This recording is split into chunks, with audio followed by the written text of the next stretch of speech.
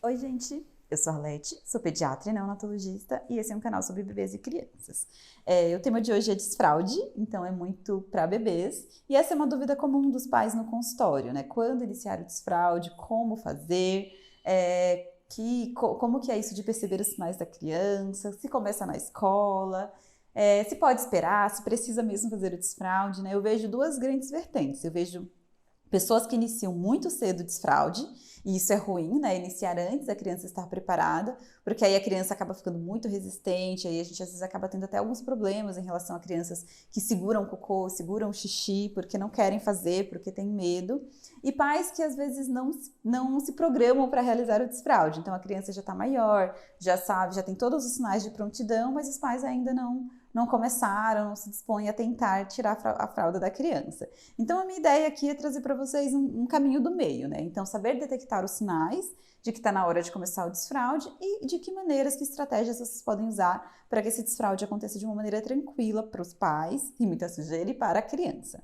Então, a primeira coisa é a idade da criança, tá, gente? Do ponto de vista neurológico, a criança ela vai estar pronta para começar o desfraude por volta dos 2 aninhos. Então, entre ali os 18 meses, que é 1 ano e meio, até mais ou menos 2 anos e meio, é uma janela, né, de intervalo neurologicamente bom para se começar a fazer o desfraude. Não significa que a criança tem que chegar aos 2 anos tendo tirado a fralda, não é nada disso.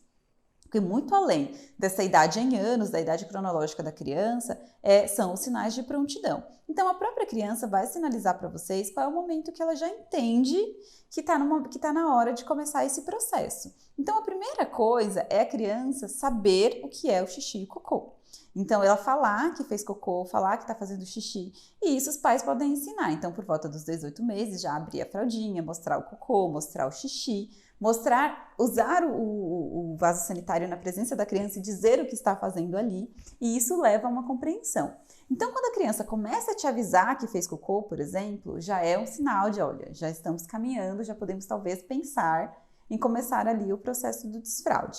Outro sinal é quando a criança começa a ter um controle de esfíncter mesmo. Então, vocês percebem que vai evoluindo, né? O bebezinho faz xixi e cocô toda hora, tá sempre de fraldinha cheia. A criança com mais de 1 aninho, não. Ela já tem uma regulação maior, geralmente é 1 ou 2 evacuações por dia, já não faz cocô toda hora. E à noite ela vai ficando com a fraldinha seca. Então, quando ela começa a acordar já com a fraldinha seca, ela já tá tendo um controle um pouquinho melhor. O sinal mais claro de todos é quando a própria criança pede para tirar a fralda. Então, ela pede e aí ela vai ali fazer o cocô e fazer o xixi. Então, esse é um sinal realmente que os pais não têm dúvida. E só que, às vezes acontece da criança pedir para tirar a fralda, aí ela vai fazer o xixi ou ela vai fazer o cocô e ela não faz, ela não consegue, ela só queria tirar a fralda mesmo. E depois de um tempo, acaba fazendo num local indevido.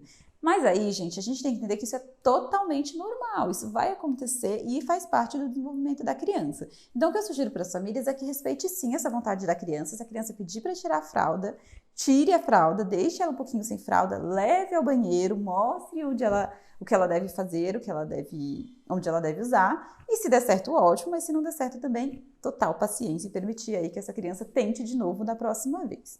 E aí o processo começa com a escolha de um dispositivo onde a criança irá fazer as suas necessidades, os famosos piniquinhos, que a gente tem 2 possibilidades, tem aqueles de chão mesmo, né, que fica... E aí eu sempre recomendo que coloque no banheiro, que a criança associe o banheiro ao local de fazer as suas necessidades, e tem os adaptadores de vaso, que são... Eles diminuem, né, o diâmetro do vaso sanitário e, super importante, precisam ter um apoio para os pés. Então, a criança não pode ficar com as perninhas soltas, isso as deixa inseguras, além de atrapalhar a coordenação dos movimentos intestinais. Então, tem que ser com apoio para os pezinhos. Dá para colocar o adaptador de vaso.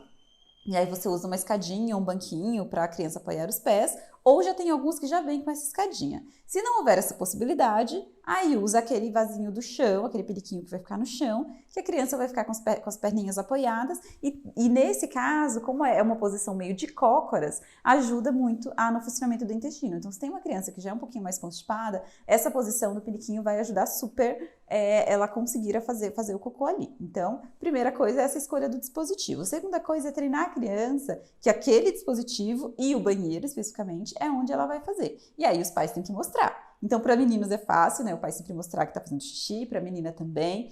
A criança, na hora que tira a roupa para tomar banho, geralmente ela faz xixi, então falar também, olha, tá fazendo xixi, para a criança fazer essa associação. E em alguns casos, quando a criança começar a acordar com a fraldinha seca, ela vai fazer xixi provavelmente logo depois de acordar. Então, uma dica é, na hora que acordar, conversar com a criança e falar, vamos tirar a fraldinha e fazer xixi lá no banheiro, fazendo vaso, fazendo piniquinho, e aí leva para fazer esse primeiro xixi do dia aí no banheiro. E o cocô também dá para fazer isso se você é uma criança que tem um hábito intestinal regular. Então, por exemplo, uma criança que todo dia, na hora que ela chega da escolinha, é a hora que ela faz o cocô. Então, antes dela fazer, já tira a fraldinha, leva ela para o banheiro e fala para ela fazer ali. Algumas crianças vão conseguir, outras não. Algumas crianças vão se sentir confortáveis, outras não. Se você perceber que a sua criança não está confortável com isso de tirar a fralda e ir até o banheiro, não atropele as coisas. Então, não vamos regredir um passinho e deixar ela com a fraldinha e esperar ela pedir para tirar a fralda ou esperar ela avisar mesmo que já fez. Então, esse é um treinamento aí para se fazer isso. Lembrando que a gente sempre começa o desfraude de dia,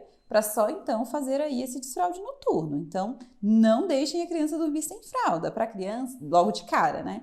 Para criança é muito ruim acordar molhada, acordar suja. Isso gera um desconforto. Então, não é legal tirar a fralda noturna antes da hora. E mesmo durante o dia, para dormir, então, se a criança ainda faz ali aos 2 aninhos uma soneca prolongada de 2 horas, nesse período, é sempre interessante deixá-la de fralda. E nem deixar a criança sem fralda. Não precisa deixar a criança sem fralda o dia inteiro, e ela acaba se sujando a casa, gerando um estresse para ela e para vocês. O mais interessante é ir treinando mais ou menos alguns horários, alguns períodos e deixando esses períodos sem fralda e sempre sugerindo e orientando a criança.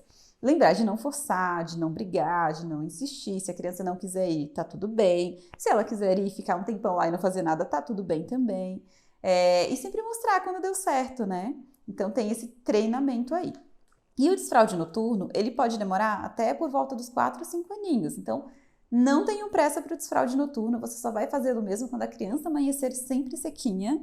E aí ela vai te mostrar que ela está neurologicamente pronta para fazer este processo. Outra coisa, a gente tem algumas variações ou tem algumas regressões. É muito comum que às vezes uma criança ela já fez o desfraude, ela já sabe usar, e de repente ela volta a fazer tudo, a precisar da fralda. Isso geralmente tem algum fator comportamental, alguma alteração na dinâmica da família, na rotina da criança, no nascimento do irmão.